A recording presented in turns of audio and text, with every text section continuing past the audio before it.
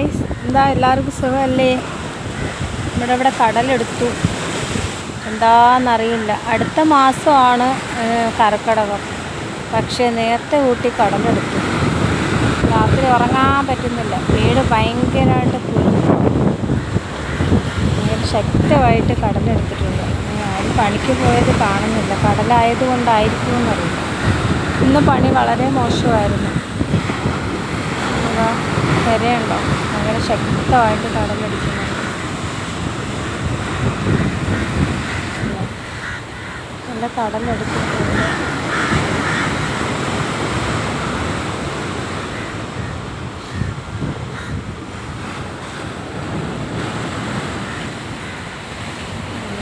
കടലെടുത്തിരിക്കുകയാണ്.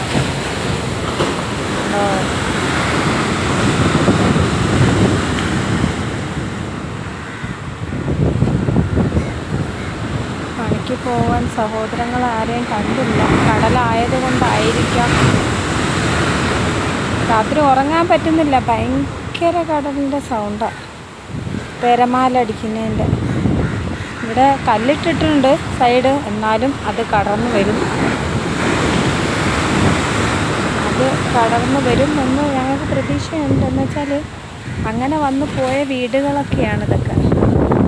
ഉണ്ടാക്കും ഈ കല്ലിട്ടിട്ടും അതൊക്കെ കടന്ന് ഇത്രയും ഒരുപാട് വീടുകൾ കടലേറ്റം കൊണ്ട് പോയ വീടുകളാണിതൊക്കെ.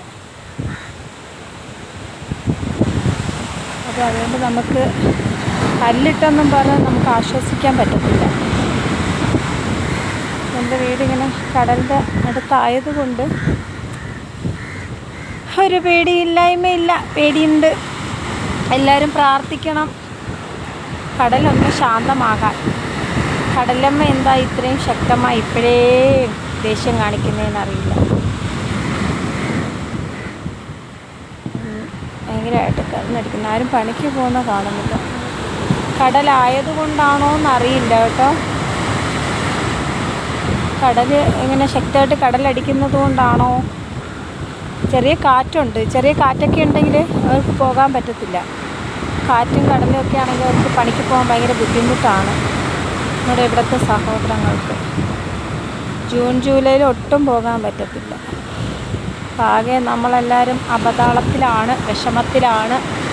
അപ്പം എല്ലാവരും പ്രാർത്ഥിക്കണം ഞങ്ങൾക്ക് വേണ്ടിയിട്ട്.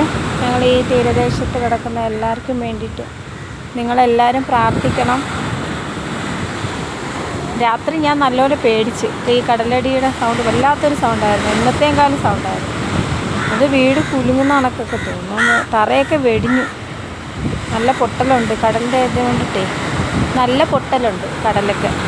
കടലടിക്കുന്നത് കൊണ്ട് നമ്മുടെ വീടൊക്കെ നല്ലപോലെ വെടിഞ്ഞിട്ടുണ്ട് തറയൊക്കെ.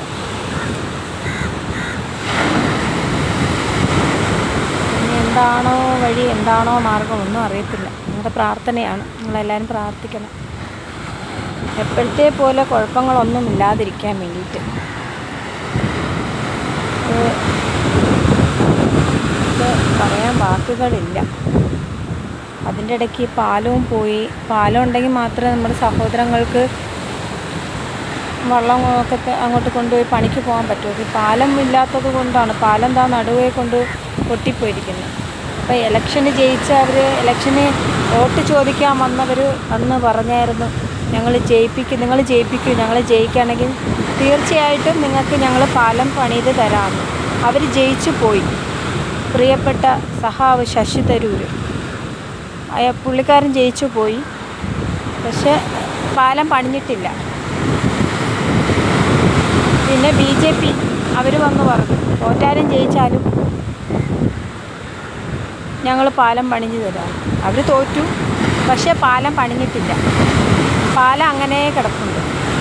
ജയിച്ചവരെയും കണ്ടില്ല, തോറ്റവരെയും കണ്ടില്ല. എല്ലാവരും പോയി. അവരവരാവശ്യം നേടി. അവർ വിജയിച്ചു. അവരങ്ങ് പോയി. ഞങ്ങൾ വോട്ടിട്ട് കൊടുത്താൽ ഞങ്ങളെല്ലാവരും വെറും മന്ദബുദ്ധികളായിപ്പോയി. എന്താ ചെയ്യുക? ഇനി അടുത്ത പ്രാവശ്യം ഇതുപോലെ കുറേ വാഗ്ദാനങ്ങളുമായിട്ട് വരും. നമ്മളെപ്പോലെ ഉള്ളവർ ഓക്കെ പറയും. നമ്മൾ വിശ്വസിക്കും. നമ്മൾ വീണ്ടും വോട്ടിട്ട് കൊടുക്കും. അവരെ വീണ്ടും വിജയിപ്പിക്കും. അവർ തീർച്ചയായിട്ടും ഈ കാര്യങ്ങളൊന്നും അവർ ഉദാസീനയാണ് കാണിക്കുന്നത്. ചെയ്യില്ല. അവരാരും ഇതിന് വേണ്ടിയിട്ട് ഉത്സാഹം കാണിക്കില്ല. എന്ന് വെച്ചാൽ അവരുടെ ബന്ധുക്കളോ അല്ലെങ്കിൽ അവരുടെ ആരും ഇങ്ങനെ തീരദേശത്തില്ലല്ലോ, ഞങ്ങളെപ്പോലെ പാവങ്ങളല്ലേ ഉള്ളൂ. അപ്പം അതുകൊണ്ട് അവർക്ക് അതിൻ്റേതായ വിഷമങ്ങളോ വേദനകളോ ഇല്ല. അവർക്ക് അവരുടെ വീടുകളൊന്നും അല്ല പോയത്, ഞങ്ങളുടെയൊക്കെ വീടുകളല്ലേ പോകുന്നത്. അതുകൊണ്ട് അവർക്ക് ഒരു വിഷമവും അവർക്ക് കാണത്തില്ല. എന്താ ചെയ്യുക, ഒന്നും പറയാനോ ഒന്നും ചെയ്യാൻ പറ്റാത്ത സിറ്റുവേഷനാണ് ഞങ്ങൾ ഈ തീരദേശത്ത് കിടക്കുന്നവർ. ഇനിയിപ്പം ദൈവം തന്നെ ഇതിനൊരു അറുതി തരണം, അല്ലാതെ ഞങ്ങൾക്കൊന്നും ചെയ്യാൻ പറ്റത്തില്ല. ഈ മനുഷ്യരാരും, ഈ വിജയിച്ചു പോയ മനുഷ്യരാരും ഞങ്ങൾക്ക് സഹായം ചെയ്യത്തില്ല. സഹായം വേണ്ട, ഈ പാലം ഒന്ന് പണിഞ്ഞ് തന്നാൽ മതി, അതാണ് ഏറ്റവും വലിയ സഹായം. ഈ പാലം പണിയുന്നതാണ് ഞങ്ങൾക്ക് ഏറ്റവും വലിയ സഹായം ചെയ്യേണ്ടത്. ജയിച്ചു പോയവരാരും ഇതുവരെ ഇങ്ങോട്ട് തിരിഞ്ഞു നോക്കിയിട്ടില്ല, എന്താണ് ഏതാണെന്ന് പറഞ്ഞു. നമ്മൾ പിന്നെയും പറയും, ഇനി വരട്ടെ, ഇനി വോട്ടിട്ട് കൊടുക്കില്ല, ഇനി ഇട്ട് കൊടുക്കും. ഇനി ഇവിടെ ഉള്ളവർ, നമ്മൾ 10 പേര് 50 പേരുണ്ടെങ്കിൽ 10 പേര് ഇടത്തില്ലായിരിക്കും വോട്ട്, പക്ഷെ 40 പേര് വോട്ടിട്ട് കൊടുക്കും. അതങ്ങനെയാണ്, അവരങ്ങനെയാണ് മോഹന വാഗ്ദാനങ്ങൾ പറഞ്ഞ് മനുഷ്യരെ തെറ്റിദ്ധരിപ്പിക്കുന്നത്. ദയവ് ചെയ്ത് നിങ്ങൾക്ക് ചെയ്യാൻ പറ്റുന്ന കാര്യങ്ങൾ മാത്രമേ വാക്കുകൾ കൊടുക്കുക, അല്ലാതെ ഈ വോട്ട് നിങ്ങൾ ജയിക്കാൻ വേണ്ടി നിങ്ങളുടെ കുടുംബം നോക്കാൻ വേണ്ടിയിട്ട് വഴിയെ കിടക്കുന്ന വാക്കുകൾ ഇവിടെ കൊണ്ട് എറിയാൻ നോക്കരുത്. സഹാക്കളെ, നിങ്ങളോടാണ് എനിക്ക് പറയാനുള്ളത് കേട്ടോ. നിങ്ങൾക്ക് ഈ വീഡിയോ നിങ്ങൾ കാണുകയോ ഷെയർ ചെയ്യുകയോ ചെയ്യുന്നുണ്ടെങ്കിൽ, നിങ്ങൾ കാണുന്നുണ്ടെങ്കിൽ, എൻ്റെ സങ്കടമൊന്നുമല്ല, ഇവിടെ കിടക്കുന്ന എല്ലാ മക്കളുടെ സങ്കടമാണ് ഞാൻ ഒറ്റയ്ക്ക് പറയുന്നത്. ഞങ്ങൾക്ക് എല്ലാവർക്കും ബുദ്ധിമുട്ടാണ്. ഇനി ജൂൺ ജൂലൈ വരുമ്പോൾ ഞങ്ങളുടെ സഹോദരങ്ങൾക്കൊന്നും ഈ പാലം ഉണ്ടെങ്കിൽ മാത്രമേ ഞങ്ങൾക്ക് പണിക്ക് പോകാൻ പറ്റത്തുള്ളൂ. പറയാൻ ഞങ്ങൾക്ക് വാക്കുകളില്ല, സങ്കടമാണ് വരുന്നത്. ഞങ്ങൾ കുഞ്ഞുനാളിൽ ഓടിക്കളിച്ച പാലങ്ങളാണ്, എല്ലാം പോയില്ലേ. അതുകൊണ്ട് എന്തെങ്കിലും ഒരു മുൻഗണന ഇതിന് വേണ്ടിയിട്ട് എടുക്കേണ്ടതാണ് നിങ്ങൾ. അപ്പോൾ ഞാനിവിടെ നിർത്തും, ഭയങ്കരമായിട്ട് കടലടിക്കുന്നുണ്ട്. ഇവിടെ നിന്ന് കഴിഞ്ഞാൽ എന്നെയും കടലമ്മ കുളിപ്പിക്കും. അതുകൊണ്ട് വൈൻഡപ്പ് ചെയ്യുന്നു. എല്ലാവരും സപ്പോർട്ട് ചെയ്യുക, സബ്സ്ക്രൈബ് ചെയ്യുക, ചെയ്യാത്തവർ സബ്സ്ക്രൈബ് ചെയ്യുക, ലൈക്ക് അടിക്കുക, ഷെയർ ചെയ്യുക. എല്ലാവർക്കും സുഖമല്ലേ? ടാറ്റാ.